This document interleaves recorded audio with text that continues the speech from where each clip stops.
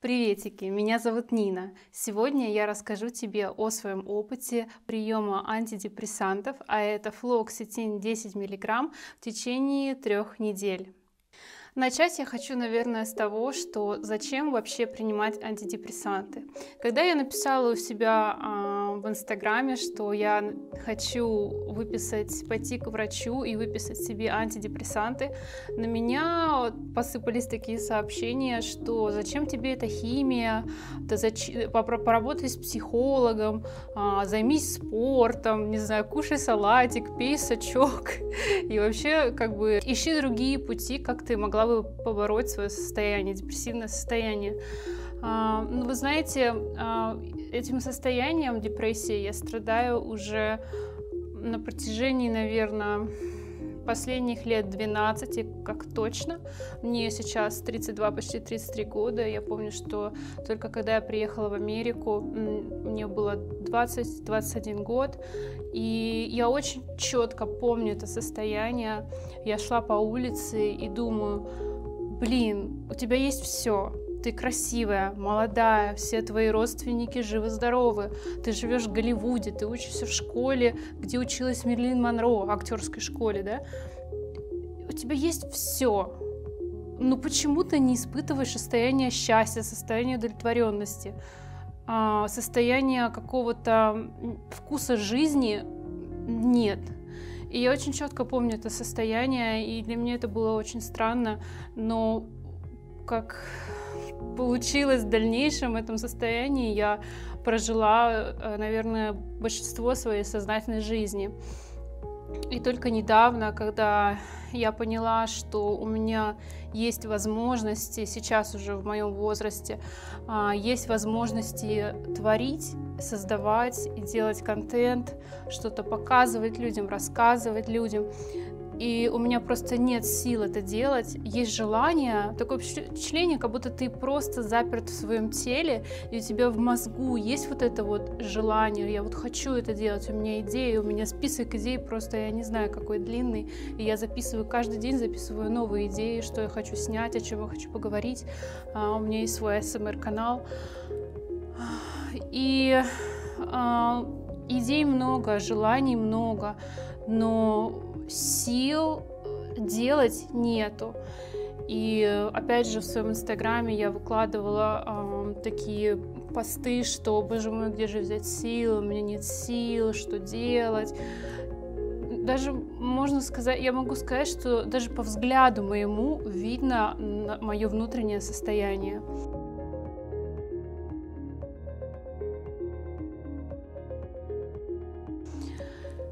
Я думала очень многие годы, что проблема в психологии, но недавно, начав слушать лекции известного психолога Михаила Лобковского, я поняла, что моя проблема – это проблема психиатрии. Я поняла, насколько я, опять же, осознала, насколько я счастливый человек, насколько я, счастливый, как сказать, счастливый не по внутреннему ощущению, а счастливый именно у меня есть все. Я живу в собственном доме, у меня в моем доме отстроена студия, целая большая студия. Я купила новую машину, у меня любимый человек, мой жених. У меня есть все, вот о чем только можно мечтать, но ощущение счастья, ощущение того, что я удовлетворена своей жизнью, а самое главное ощущение, что ты хочешь просыпаться, и ты хочешь делать, и делать, и делать, и делать, вот этого не было.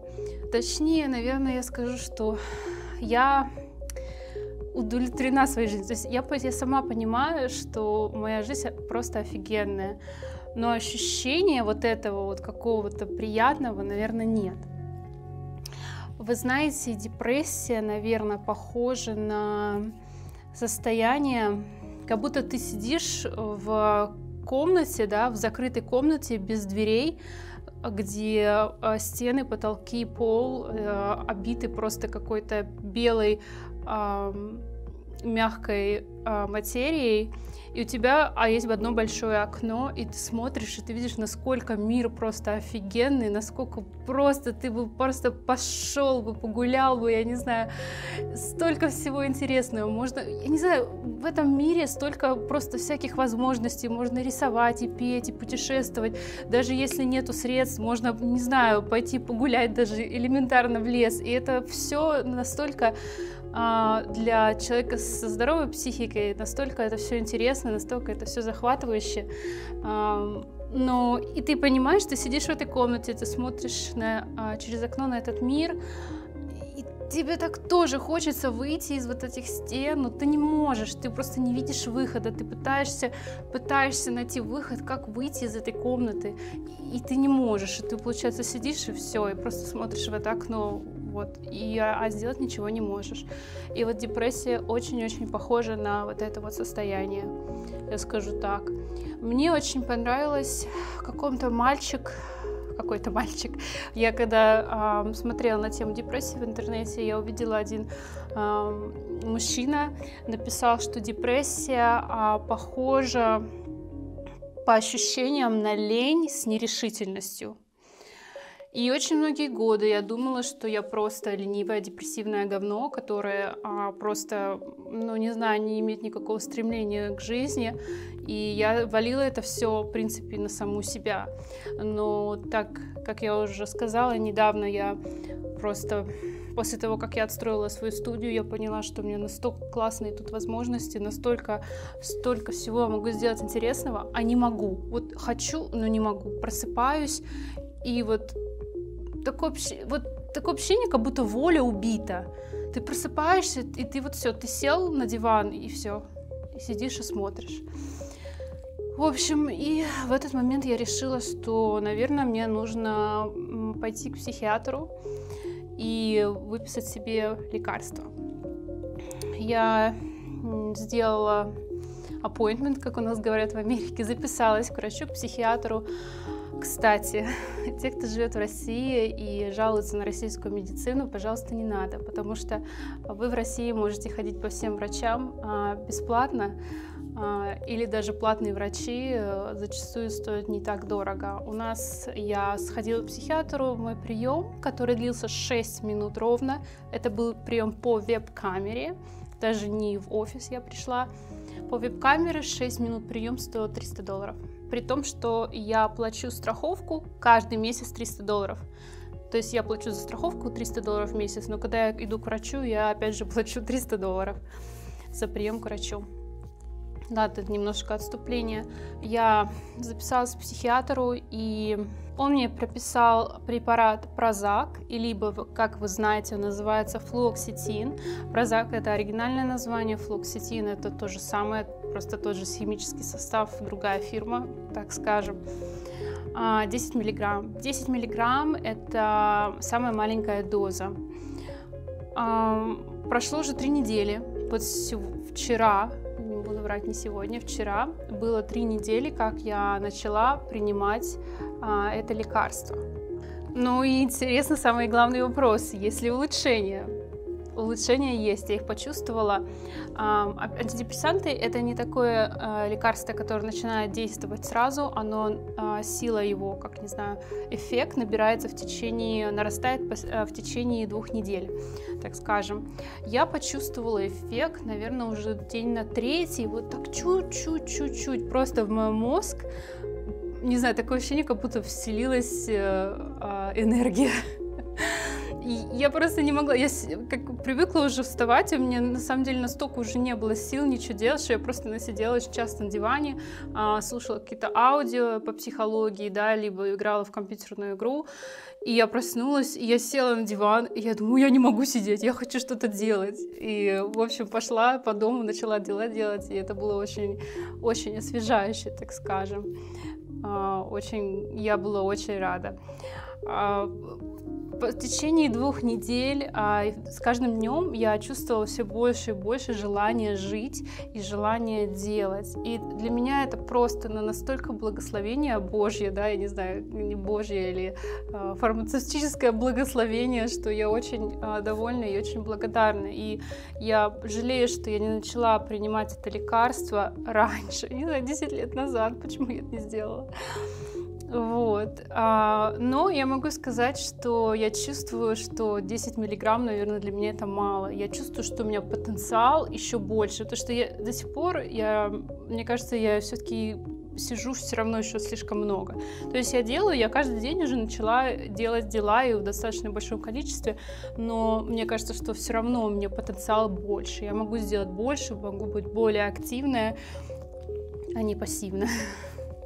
Через несколько дней у меня снова прием к врачу, и я хочу прописать себе дозу в 20 миллиграмм. Ну, потому что я посмотрела в интернете, сначала прописывают 10, потом 20. Я видела, что до 40 люди доходят этого препарата. Что такое вообще антидепрессанты или что такое вообще депрессия? Депрессия — это не просто, когда тебе грустненько, и ты сидишь такой, я не знаю, там, унылый, да? То есть это состояние, так скажем, если это хроническое состояние, то очень большая возможность, что это нарушение баланса нейромедиаторов в головном мозге. Я не врач. Все, что я вообще говорю в этом видео и как делюсь с вами своим опытом, это конкретно мой опыт. Для кого-то, может быть, это будет по-другому, и моя информация — это, так скажем, мой индивидуальный экспириенс, мой индивидуальный опыт и взгляд на ситуацию.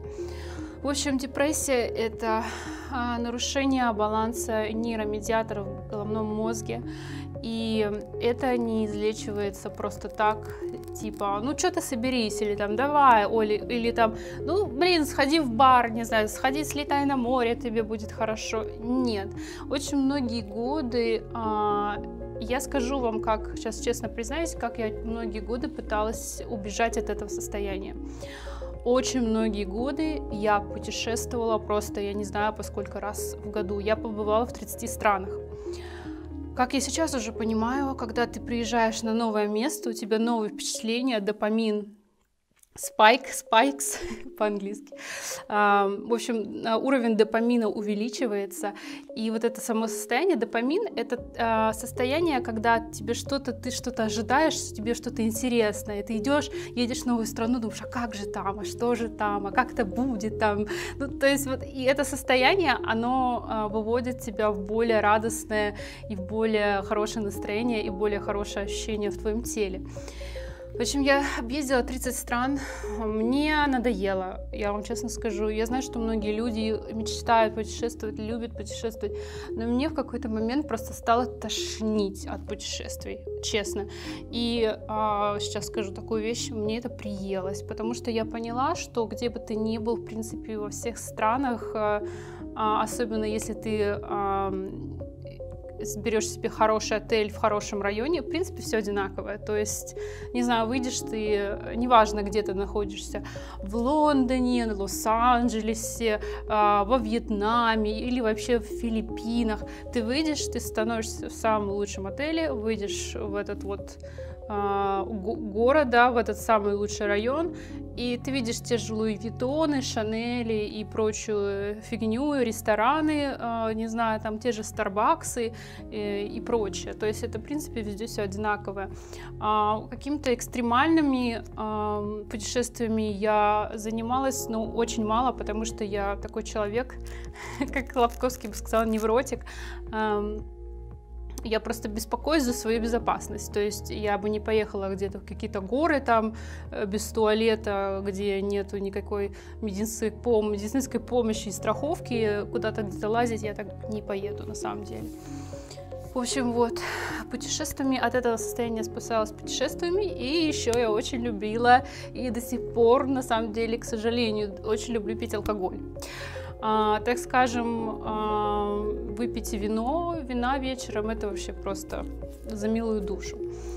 Вот только сочетая вот эти два фактора, какие-то тусовки, алкоголь и путешествия, я вот могла убегать этого состояния. Конечно, я понимала, что это неправильный, нездоровый подход к жизни, поэтому периодически я практиковала и до сих пор практикую такие, так скажем, уход вообще от алкоголя. То есть я не пью алкоголь вообще, могу не пить по 6 месяцев, по 1,5 года. И очень много занимаюсь спортом. Я очень долго была веганом-сыроедом. То есть я пыталась выйти на здоровый образ жизни, много спорта.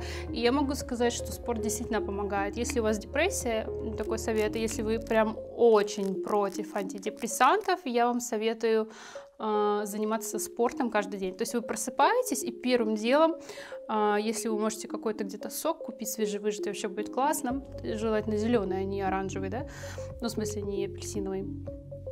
И идете куда-то, просто даже ходьба, не знаю, час, прогулка. Если вы это делаете каждый день, ваша депрессия в принципе может сойти практически на нет. Но дело в том, что когда вы перестаете постоянно заниматься спортом или начинаете есть какую-то не очень здоровую еду, даже пить то же самое кофе или какой-то алкоголь начинаете пить, опять вы возвращаетесь в это же дурацкое депрессивное противное состояние. У меня, я помню, одно время я реально занималась спортом 6 раз в неделю, иногда по 2 раза в день, и я не от большой любви к спорту, потому что я просыпалась, и я понимала, что если я сейчас не пойду на спорт, то я просто буду плакать целый день. Ну, серьезно. То есть я занималась спортом так много, потому что это был единственный способ чувствовать себя хорошо. Поэтому я очень рада, что сейчас я начала принимать это лекарство, которое мне очень помогает. И я хочу увеличить дозу этого лекарства, потому что у меня нет никаких побочных эффектов. Может быть, они появятся на большей дозе, я не знаю, я вам расскажу. Так что подписывайтесь на мой канал, я вам обязательно расскажу.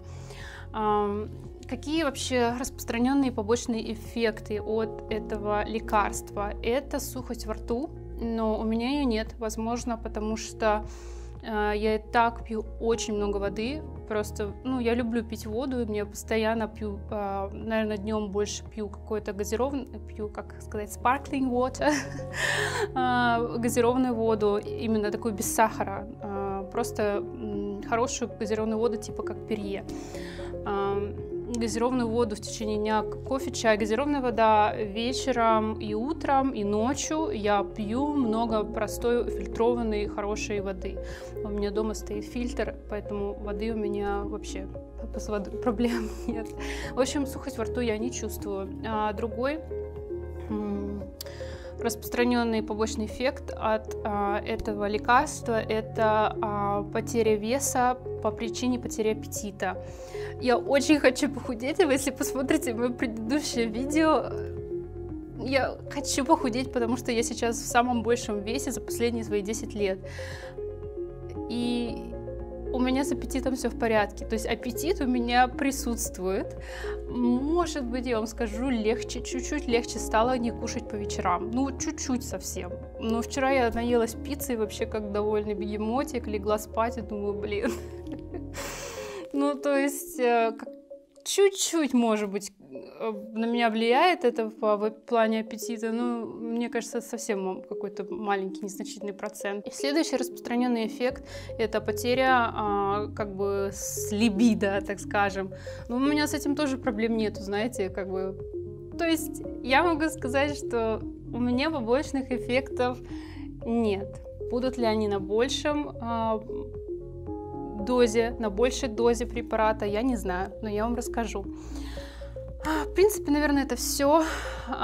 Пыталась слишком сильно не вдаваться в рассказы и рассуждения. Надеюсь, если вы нашли мое видео, потому что сами хотите принимать антидепрессанты, но боитесь, почему-то у нас в обществе такое распространенное мнение, что это как-то очень сильно плохо.